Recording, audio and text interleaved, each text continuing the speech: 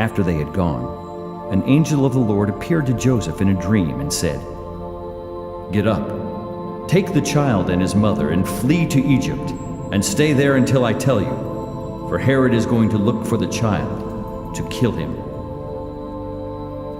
Then he got up, took the child and his mother during the night, and went to Egypt. He stayed there until Herod died. In this way, what was spoken by the Lord through the prophet was fulfilled: "I called my son out of Egypt." When Herod saw that he had been tricked by the wise men, he became enraged. He sent men to kill all the children in Bethlehem and throughout the surrounding region from the age of 2 and under, according to the time he had learned from the wise men. Then what was spoken by Jeremiah the prophet was fulfilled. A voice was heard in Ramah, weeping and loud wailing, Rachel weeping for her children, and she did not want to be comforted, because they were gone.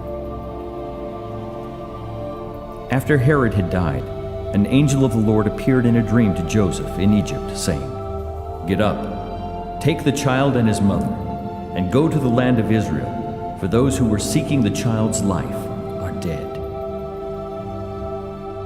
So he got up and took the child and his mother and returned to the land of Israel.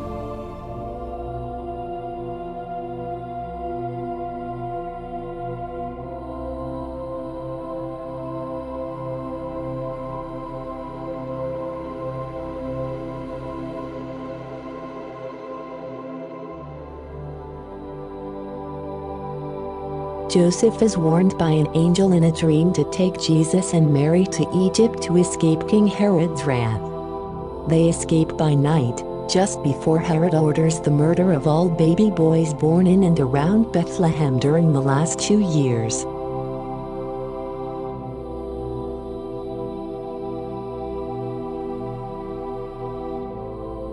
Although the route followed by the Holy Family is not recorded in the Bible, Coptic Egyptian Christians have identified about 25 places where they believe that Mary, Joseph and Jesus stayed during their sojourn in Egypt.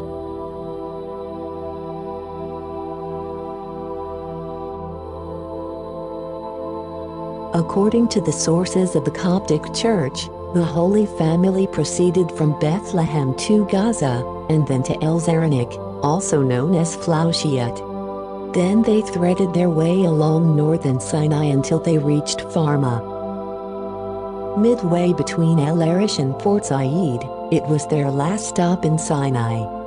According to accounts, the Holy Family had to pass through this city before entering the Nile Delta. The Pharma branch dried up and the once flourishing city disappeared in medieval times and is now covered by sand of the desert. Today we find important churches' ruins from 5th to 7th century on site.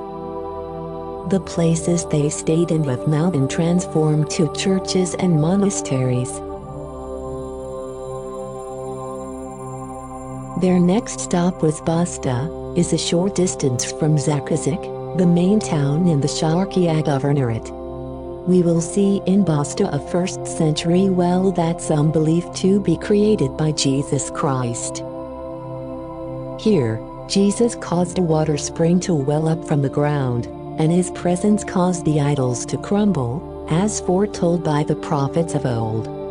The townsfolk, in consequence, turned malevolent and aggressive, whereupon the Holy Family turned their backs on the town and headed southwards. The Holy Family made their way to Belbis back in Sharqiya Governorate. The Armenian Infancy Gospel accounts that the Holy Family stayed here for 6 months until the Christ child reached the age of 2. Belbis was an important bishopric in the 4th century, therefore it witnessed a flourish of the Coptic Christianity in the area, and the place itself was mentioned by several historians and pilgrims. Having left their mark on Belbis, the Holy Family set off in a northwesterly direction and reaching the small township of Minit Samanaud. The local population received them with a kindness and hospitality that earned them deserved blessing. There is in Samanaud, To this day, a large granite trough which, according to local belief, was used by the Virgin for kneading dough. In the church's courtyard we find a well that was blessed by Jesus, which is now covered to protect it from dirt and pollution. Water is pumped up via a purification installation and is given to people to drink.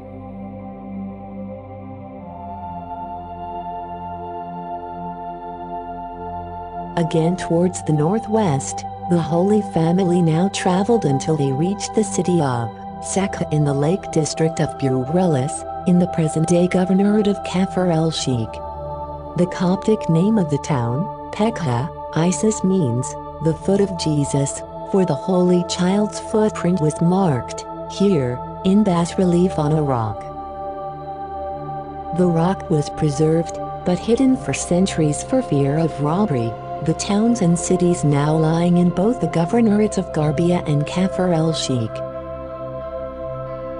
They now came after crossing the Rosetta branch of the Nile to the western delta, and heading south into Wadi el-Natron, then called Al-Asqit in the western desert of Egypt.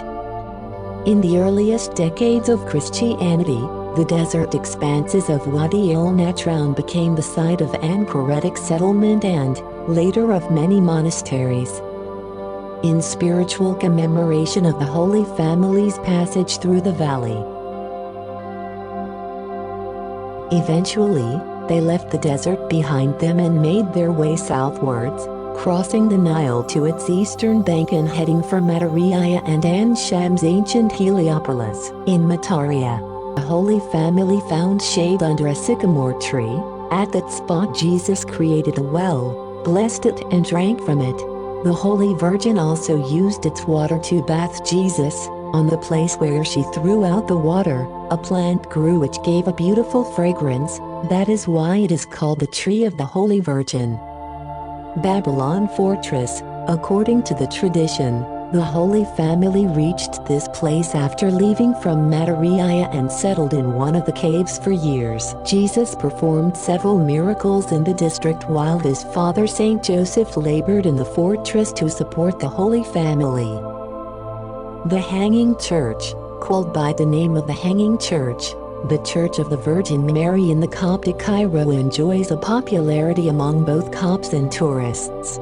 It was named the Hanging Church, or Al-Mu'allaka in Arabic, due to its location above the ancient Babylon fortress. The other names for the same complex are the Church of Steps, for people have to climb a flight of stairs before reaching the gate of the church. The Church of the Column, for it was reported that the Virgin Mary herself appeared to the faithful on one of the columns of the church in response to their supplications. The Church of Saint Sergius and Saint Bacchus, or Abu Surga in Arabic, is among the most ancient churches in Old Cairo. It is built over the traditional site of a cave said to have sheltered the Holy Family during their sojourn in the area.